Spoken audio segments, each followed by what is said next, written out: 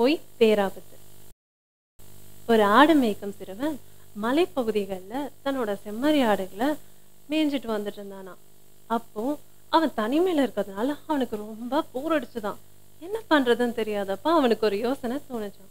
திடீர்னு கத்த ஆரம்பிச்சிட்டானா, ஓநாய் வந்திருக்கு, ஓநாய் வந்திருக்கு, யாராவது காப்பாத்த வாங்க அப்படின்னு.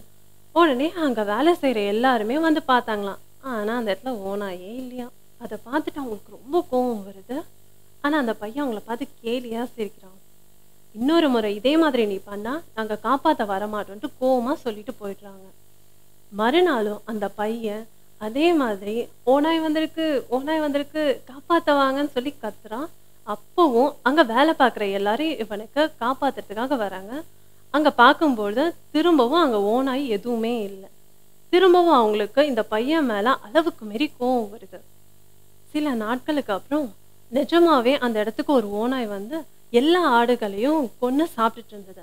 அப்போ அந்த பையன் பயத்துல மரம் மேல ஏறி உட்கார்ந்துக்கிட்டு, ஓநாய் வந்துருச்சு காப்பாத்த வாங்க அப்படின்னு சொல்லி கத்துறான். ஆனா அங்க வேலை செஞ்சுட்டு இருந்தவங்க இந்த பையன் திரும்பவும் நம்மளை ஏமாத்துறான்னு நினைச்சுக்கிட்டு யாருமே காப்பாத்த வரல.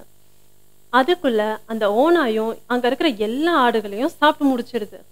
அப்போதான் அந்த பையன் தன்னோட தவறை உணர்ந்து பொய் சொன்னா யாருமே நம்ம காப்பாத்த வரமாட்டாங்கன்றத உண்மையா உணர்றான். நீதி: பொய் பேசுவோரை யாரும் நம்புவதில்லை.